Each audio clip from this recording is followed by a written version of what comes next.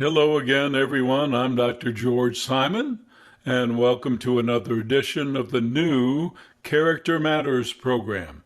This is the program where we talk about what I consider to be the defining issue of our time, the character crisis that we have faced for so many years, and that has had a profound effect on all aspects of our lives, from our politics to our community relations to our family relationships to our intimate relationships. Every aspect of our lives has been affected by the prevalence of character disturbance of one type or another. And in my book, Character Disturbance, I describe how this is a spectrum phenomenon of both type and degree. Almost everyone these days struggles with some deficiencies of that aspect of our personality that we call character. And in some ways, character can be thought of as that moral side of our personality, that ethical side. But in a larger framework, it can be thought of in terms of our capacity to love. And that's what I've intended this series of programs to be about. And today we're going to talk a little bit more about what love is and what love isn't.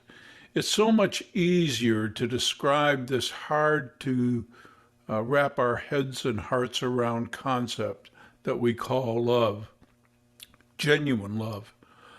But it's much easier when you filter out the common misconceptions about what it is by taking a closer look at what it isn't. So, why is it so important that we talk about what love is and what love isn't? I think it's important because our present systems and structures, the things that have gotten us to where we are unsustainable. We're at the dawn of a new age. I truly believe that. And to prepare ourselves, we have to understand what it is to properly take care of ourselves and each other.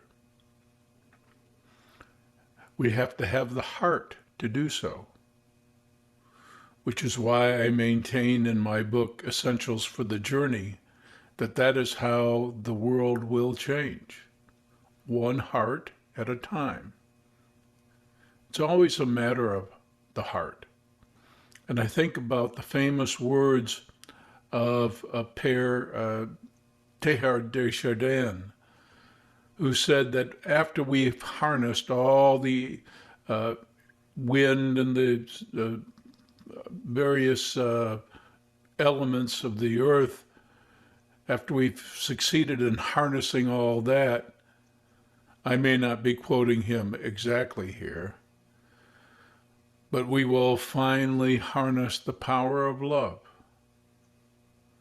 And for the second time in the history of humankind, we will have discovered fire, the kind of fire that can energize and usher in an entire new age.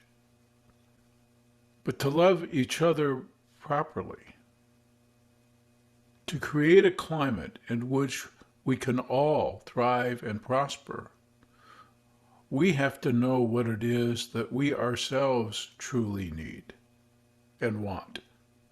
And a lot of things masquerade as the things that we want and need. Most of all, we need love. Unfortunately, too many things masquerade as that. Too many things masquerade as nurturing. We all need nurturing. But I can't tell you how many individuals I've counseled who have nurtured themselves in unhealthy ways, either with food or with drink or sexual activity, any number of ways.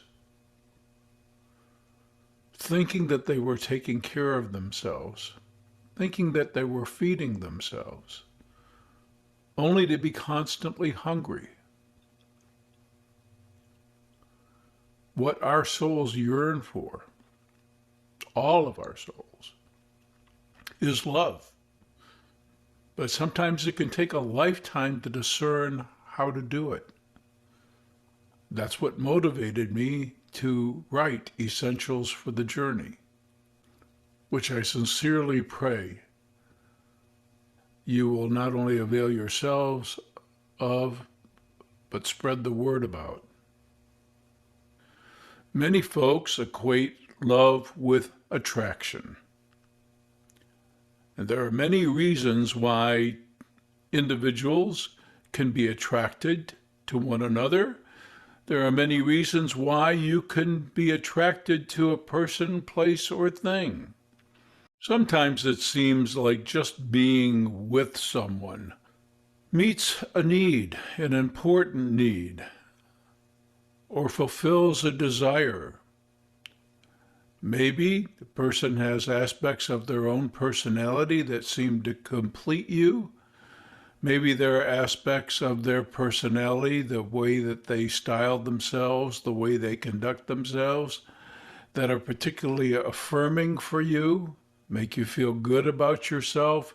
There's all kinds of reasons why people can be attracted. And attraction can indeed be a big part of love, but it is not the same thing as love. People can be attracted for all the wrong reasons, too. In my years of counseling, I've never ceased to be amazed with the reasons that folks tell me that they got together in the first place, the reasons that they found themselves drawn to one another. It didn't occur to them until much later on in their personal development how short-sighted the reasons were. But suffice it to say that attraction alone is not the same thing as love. Nor, by the way, is interest. And I've written several articles on my blog at drgeorgesimon.com. That's drgeorgesimon.com, about how survivors of toxic relationships realize all too late that the interest someone showed in them was equated with love. They figured because somebody is interested in a relationship with me, pursues me with vigor, seems very interested in every aspect of my life, they must, in fact, love me, only to find out later that interest by itself is not the same as love. So neither attraction nor interest means that someone truly has positive regard for you. Doting behavior is not love. Sometimes a person at the outside of a relationship can appear to wait on you hand and foot, try to meet your every need. And because love is inherently a behavior, and because it certainly can involve the desire to care for another and to take care of another, many times doting behavior is equated with love. But it's not. There are many reasons why someone can dote on you, not the least of which is that they hope to win your heart. Now, that in itself is not a bad thing.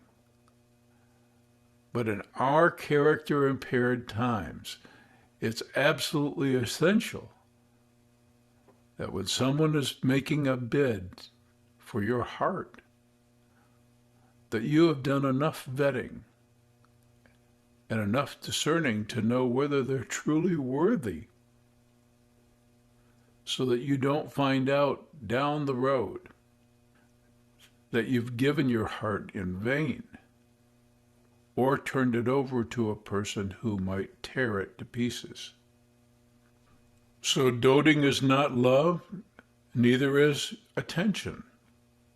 Yes, when we love, we do pay attention to someone and we pay attention to a lot of things. But merely affording attention is not synonymous with love. Sometimes the attention that someone showers upon you can be in itself intoxicating and can be mistaken as love. Affirmation can look a lot like love. Sometimes you want to be in someone's company just because of how good they seem to be able to make you feel about yourself. And many times, that affirmation has to do with what they see in you that they admire in themselves. And so in affirming you, they're really affirming themselves. But you don't realize this at the outset. Attention, affirmation, interest, these things are not synonymous with love. Adulation, praising you, stroking you, sometimes can accompany love, but it rarely bespeaks genuine love. Usually, it conceals a hidden agenda. Individuals with narcissistic traits of one type or another value attention, value affirmation, adulation, even adoration. And they can't imagine that other people don't value those things too. And sometimes they're right.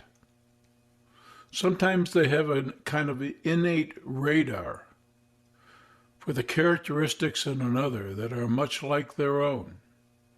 You see, in our day and time, unfortunately, all too many of us are both hungry, just starving many times, and lost at the same time.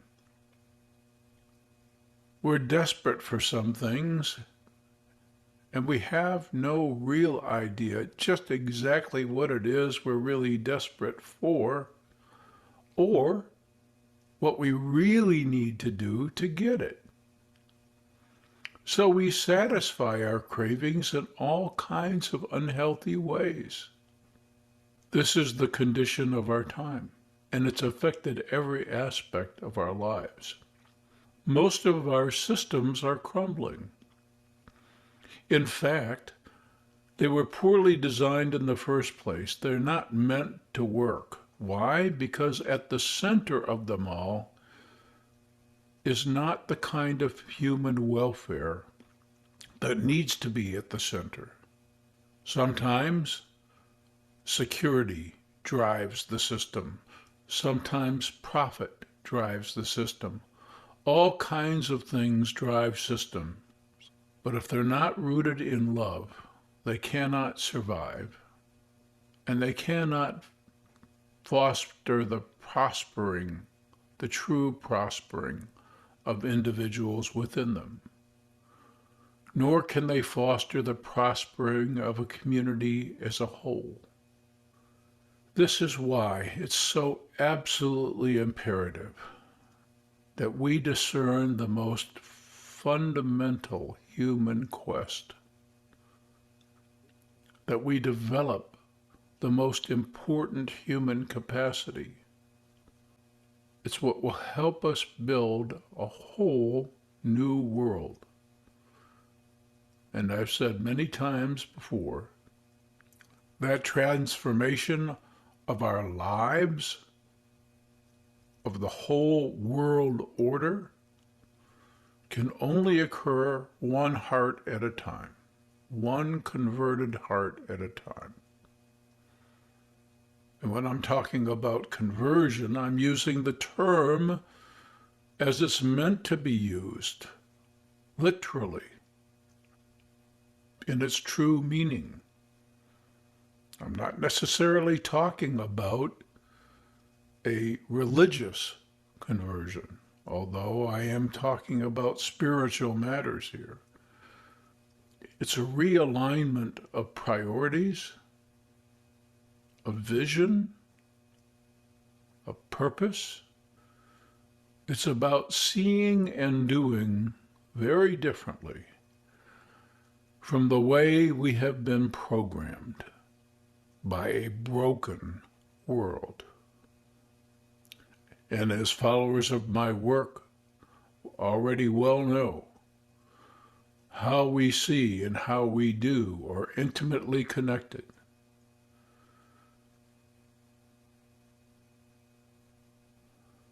How we view things, the attitudes that we form, the sentiments we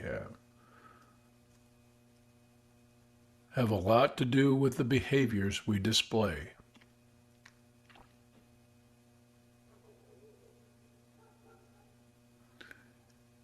And therapists,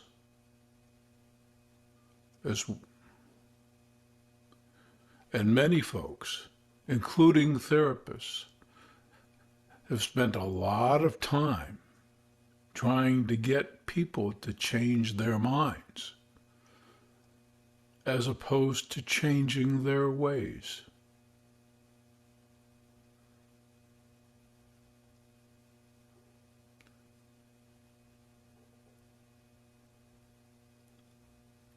That's why this series is so important. We've spent some time talking about what love isn't. Now we're going to start talking about what it is, what the behavior really entails, how a truly loving person acts.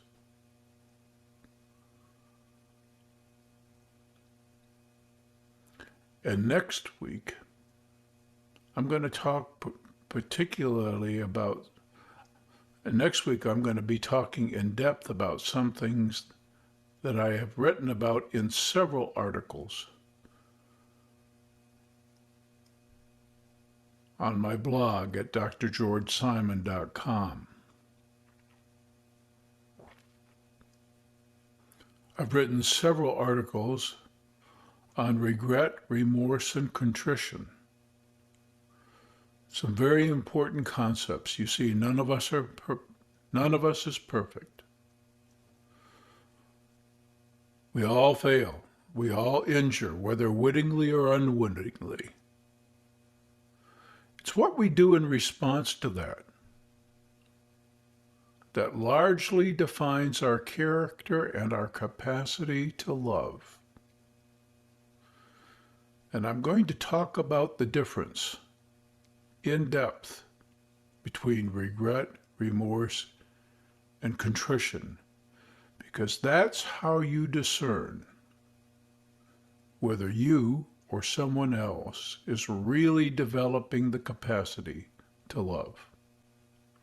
So I invite you to tune in again next time for another edition of the New Character Matters. I also invite you to avail yourself of my books, all available on Amazon or your local bookseller. If they don't have it on the shelf, you can order it. In Sheep's Clothing, Understanding and Dealing with Manipulative People. Character Disturbance, the Phenomenon of Our Age. How Did We End Up Here? The Judas Syndrome, and my latest offering, Essentials for the Journey. Embracing and living the 10 Commandments of Character, proven principles for a psychologically, emotionally, and spiritually rich life. I hope you will reflect upon the many issues that we've touched upon today. As I mentioned earlier in the program, the structures and the systems that we have set up that we misguidedly thought would save us are unsustainable. And that's because they are not founded on the most important principle of all. Unless we understand what it means to genuinely have our welfare at stake, and unless we understand not only what we truly need, but what all of us truly need of ourselves and one another, we will not build the kind of world that will sustain us, help us grow, help us prosper. And that's what the age to come is all about. I sincerely believe that age is upon us, but we need to focus like a laser beam on exactly what it is that we need to get us there. We need to discern what this loving business is really all about, what its nature truly is, and then live it. It will change us, and it will transform the world. So once again, thanks for tuning in. I'm Dr. George Simon. See you next time. Take care.